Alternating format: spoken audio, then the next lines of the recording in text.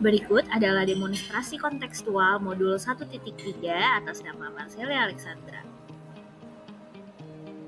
Sebelum menuangkan visi misi dalam tahapan baca, kita perlu dulu mengenal yang namanya inquiry apresiatif, di mana inquiry apresiatif merupakan cara untuk melihat kemampuan yang dimiliki dengan menonjolkan kelebihan, mengidentifikasi hal baik untuk dapat dikembangkan dan dimunculkan ke dalam strategi perubahan. Setelah itu barulah masuk ke dalam tahapan baca.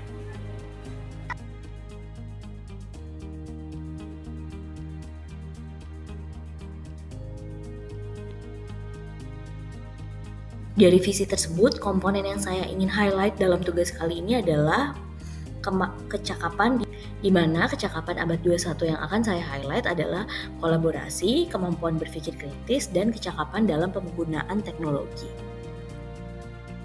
Adapun prakarsa perubahannya adalah meningkatkan kemampuan kolaborasi dan berpikir kritis siswa di kelas dan di lingkungan sekolah melalui pembelajaran yang berbeda.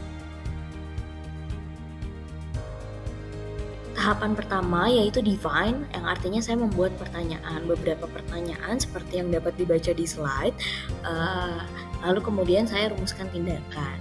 Nah, untuk pertanyaan yang mendefine ini, saya memikirkan bagaimana sih kemampuan kolaborasi maupun berpikir siswa pada saat ini.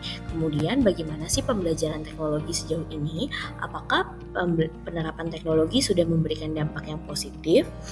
Lalu kemudian cara untuk melakukan tindakannya adalah melakukan observasi, angket, memberikan asesmen yang mendorong pemikiran kritis, dan memberikan angket terkait kebermanfaatan penggunaan teknologi. Lalu selanjutnya saya menemukan hal-hal baru, yaitu ambil pelajaran atau discover, apa sih yang bisa meningkatkan kemampuan kolaborasi maupun kemampuan berpikir kritis siswa.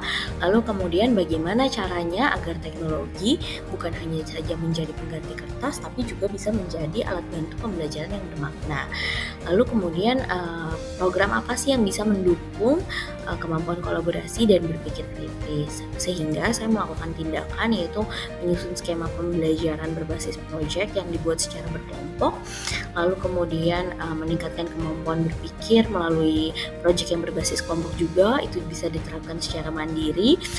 Lalu selanjutnya adalah gali. Adapun penjabaran rencana seperti apa langkah yang tepat, apa tahapan yang tepat, kapan itu terlaksana, dan bagaimana cara melaksanakannya, seperti yang tertuang dalam teks yang ada di sini, bahwa melibatkan seluruh komponen sekolah itu yang penting, mengadakan program khusus, menentukan PIC dan penanggung jawab setiap kegiatan, lalu kemudian yang terakhir adalah melibatkan seluruh peserta didik atau orang tua murid, lalu kemudian membuat asesmen, lalu form refleksi, dan sehingga dalam tahapan eksekusi atau delivering-nya bisa berkolaborasi di seluruh aspek sekolah, mulai dari kesiswaan, kurikulum, sampai guru-guru lain, membuat form evaluasi dan refleksi, membuat susunan penanggung jawab, membuat jadwal lomba debat, dan membuat website dengan Google Site, bahkan Richard Dawkins once said